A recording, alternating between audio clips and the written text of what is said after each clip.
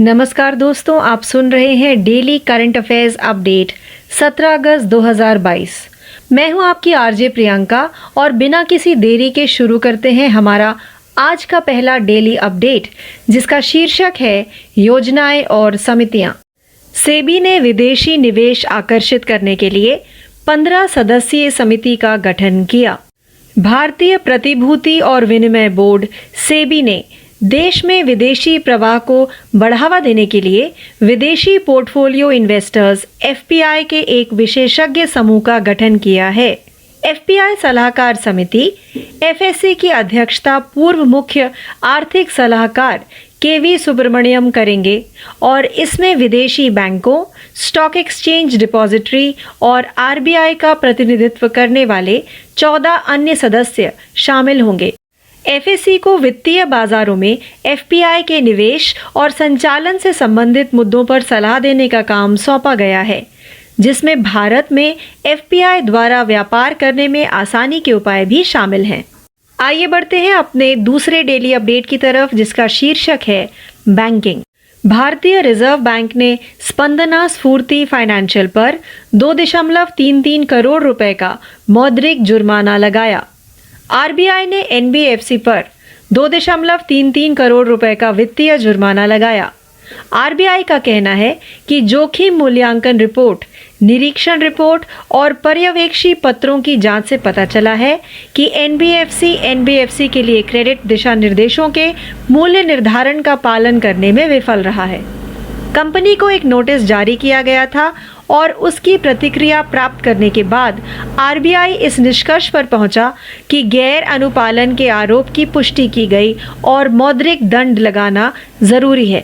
RBI ने कहा कि भारतीय रिजर्व बैंक अधिनियम 1934 के प्रावधानों के तहत इसमें निहित शक्तियों का प्रयोग करते हुए जुर्माना लगाया गया है। आइए बढ़ते हैं अपने तीसरे डेली अपडेट की तरफ, जिसका शीर्षक है बैंकिंग। आरबीआई ने लगाया इंडियन बैंक पर 32 लाख रुपए का जुर्माना। आरबीआई ने धोखाधड़ी के वर्गीकरण और रिपोर्टिंग पर निर्देशों के उल्लंघन के लिए इंडियन बैंक पर 33 लाख रुपए का जुर्माना लगाया है। बैंक का पर्यवेक्षी मूल्यांकन आईएसी के लिए वैधानिक निरीक्षण आरबीआई द्वारा 31 मार्च 2019 को अपनी वित्तीय स्थिति के संदर्भ में आयोजित किया गया था। जोखिम आकलन रिपोर्ट, निरीक्षण रिपोर्ट और सभी संबंधित पत्राचार की जांच से पता चला कि इंडियन बैंक आरबीआई के कुछ प्रावधानों, धोखाधड़ी, वर्गीकरण और वाणिज्यिक बैंकों और चुनिंदा वित्तीय संस्थानों द्वारा रिपोर्टिंग निर्देश 2016 का उल्लंघन कर रहा था। आइए बढ़ते हैं अपने चौथे डेली अपडेट की तरफ, जिसका शीर्षक है रक्षा।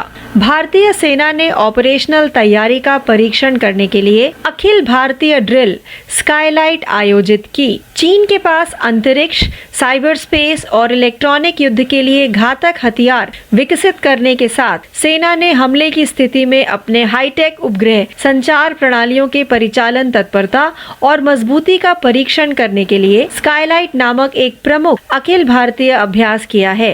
सेना ने स्काईलाइट अभ्यास के दौरान लद्दाख से अंडमान और निकोबार द्वीप समूह तक फैली अपनी सभी उपग्रह संचार संपत्तियों को सक्रिय कर दिया, जिसमें विभिन्न तकनीकी और परिचालन परिदृश्यों को युद्ध में शामिल किया गया, जिसमें एक संघर्ष में स्थलीय संपर्क में व्यवधान या विनाश शामिल था। आइए बढ़ते हैं अपने पांचवें डेली अपडेट की तरफ, जिसका शीर्षक है योजनाएं और समितियां। गोवा के मुख्यमंत्री प्रमोद सावंत ने उच्च शिक्षा में 100% एनईपी लागू करने की घोषणा की। गोवा के मुख्यमंत्री प्रमोद सावंत ने कहा कि गोवा सरकार अगले शैक्षणिक वर्ष से राष्ट्रीय शिक्षा नीति एनईपी की तर्ज पर उच्च शिक्षा संस्थानों में पाठ्यक्रम का 100% लागू करेगी। उन्होंने आगे कहा कि राज्य सरकार राज्य में विभिन्न उद्योग संघों के साथ हस्ताक्षरित समझौतों के माध्यम से जनशक्ति के कौशल पर काम कर रही है। श्री सावंत के हवाले से एक आधिकारिक विज्ञप्ति में कहा गया, हमने राज्य में राष्ट्रीय शिक्षा नीति के कार्यान्वयन पर काम करना शुरू कर दिया है। आइए बढ़ते हैं अपने छठवें डेली अपडेट की तरफ, जिसका शीर्षक है बैंकिंग। फेडरल बैंक नए टैक्स प्लेटफॉर्म पर सूचीबद्ध होने वाला पहला पेमेंट गेटवे। केरल स्थित फेडरल बैंक आयकर विभाग के टिन 2.0 प्लेटफॉर्म पर अपने पेमेंट गेटवे प्लेटफॉर्म को सूचीबद्ध करने वाला पहला बैंक बन गया है। टिन 2.0 प्लेटफॉर्म इस साल 1 जुलाई को लाइव हुआ और पेमेंट गेटवे को सक्षम किया गया है, जो करदाताओं को एक और भुगतान विकल्प प्रदान करता है, जो अब क्रेडिट या डेबिट कार्ड, यूपीआई, एनईएफटी या आरटीजीएस और इंटरनेट बैंकिंग जैसे मोड का उपयोग करके अपना भुगतान आसानी से कर सकते हैं। फेडरल बैंक के ग्रुप प्रेसिडेंट हर्ष तुगर ने कहा कि फेडरल बैंक बेहतर अनुभव और लेन देन की सुविधा के प्रमुख समर्थक के रूप में डिजिटल का सक्रिय रूप से उपयोग कर रहा है। आइए बढ़ते हैं अपने 7वें डेली अपडेट की तरफ, जिसका शीर्षक है राज्य। सब्जियों के लिए भारत इजराइल उत्कृष्टता केंद्र का उद्घाटन। केंद्रीय कृषि मंत्री श्री नरेंद्र सिंह तोमर ने वीडियो कॉन्फ्रेंसिंग के माध्यम से चंदौली उत्तर प्रदेश में भारत इजराइल सब्जी उत्कृष्टता केंद्र की आधारशिला रखी।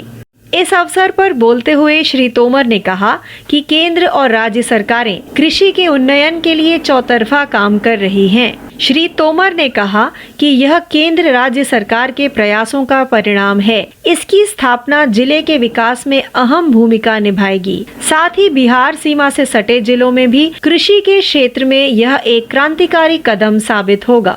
आइए बढ़ते हैं अपने 8वें डेली अपडेट की तरफ, जिसका शीर्षक है पुरस्कार। पुनीत राजकुमार को मरणोपरांत कर्नाटक रत्न से सम्मानित किया जाएगा। कर्नाटक के मुख्यमंत्री बसवराज बोम्मई ने कहा कि कन्नड़ फिल्म स्टार पुनीत राजकुमार, जिनका पिछले साल निधन हो गया, को मरणोपरांत कर्नाटक रत्न पुरस्कार से सम्मानित किया जाएगा। 1 नवंबर को, जो राज्य के स्थापना दिवस कन्नड़ राज्योत्सव के रूप में होता है, वह राज्य के सर्वोच्च नागरिक सम्मान के 10वें प्राप्तकर्ता होंगे। मुख्यमंत्री ने पिछले साल नवंबर में पुनीत राजकुमार को श्रद्धांजलि देने के लिए आयोजित एक कार्यक्रम पुनीत नमना में दिवंगत अभिनेता को पुरस्कार प्रदान करने की घोषणा की थी। आइए बढ़ते हैं अपने 9वें डेली अपडेट की तरफ, जिसका शीर्षक है शिखर सम्मेलन और सम्मेलन। गुजरात के गांधीनगर में आयोजित किया जाएगा डिफेंस एक्सपो का 12वां संस्करण। रक्षा मंत्रालय ने घोषणा की है कि भूमि, नौसेना और गृह भूमि सुरक्षा प्रणालियों पर भारत की प्रमुख प्रदर्शनी डिफेंस एक्सपो का 12वां संस्करण गुजरात के गांधीनगर में आयोजित किया जाएगा। यह आयोजन 18 और 22 अक्टूबर 2022 के बीच आयोजित किया जाएगा। इस संस्करण का विषय पाथ टू प्राइड है, जो राष्ट्रवादी गौरव का आह्वान करता है और नागरिकों को एक सक्षम स्वदेशी रक्षा उपयोग की स्थापना के माध्यम से राष्ट्र निर्माण में भाग लेने के लिए प्रोत्साहित करता है।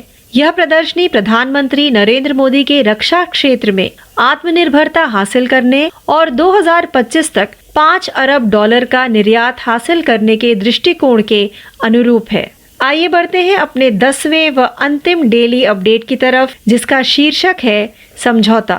गोवा पुलिस और ब्लॉकचेन नेटवर्क 5Wire ने स्मार्ट पुलिसिंग के लिए समझौता किया।